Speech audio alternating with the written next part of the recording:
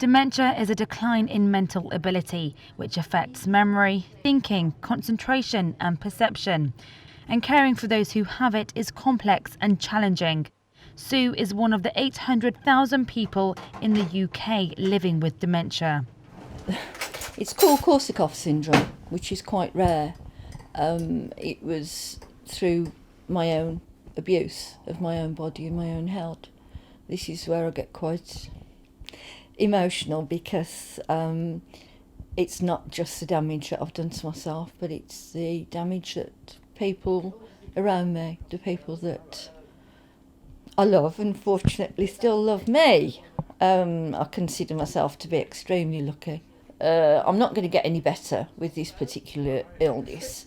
It will degenerate with age, but that's something you have to accept. Enjoyment has gone out of my life. Like, I'll watch some rubbish on telly and forget that I've watched it.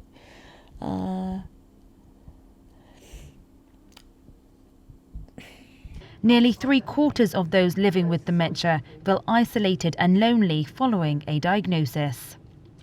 Loss of myself, basically. Loss of independence. I couldn't do anything, really. I used to get up and answer the door to the postman and say, "Oh, excuse me, I've just got out the bath," when it was a total lie because I'd just spent all day in my dressing gown. Research from the Alzheimer's Society suggested that 38% of people in the West Midlands are not convinced people with dementia still benefit from seeing loved ones they no longer recognise. So the separate piece of research showed that some people thought that it wasn't worthwhile to visit people with dementia if they might have perhaps lost their ability to recognise them. But other reports from family members and care homes have shown that there's a noticeable impact upon people with dementia after they receive a visit from a family member or a friend, and it's really important because it can really kind of lift their spirits and display itself as a long-lasting effect throughout the rest of the day. And so it's really important that people do go and visit their family and friends if they do have dementia, and that they can perhaps take some photos along, maybe take a newspaper along, have a chat with them about what's going on, and just share in their contact. And getting that support is vital, whether it's from your family, friends or dementia charities. I think the important thing is to be happy with yourself as well, and to accept any help that you're offered.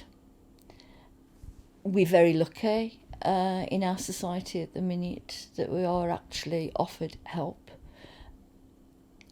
Depending upon your personality, and I think your generation, you're very reluctant to ask for help.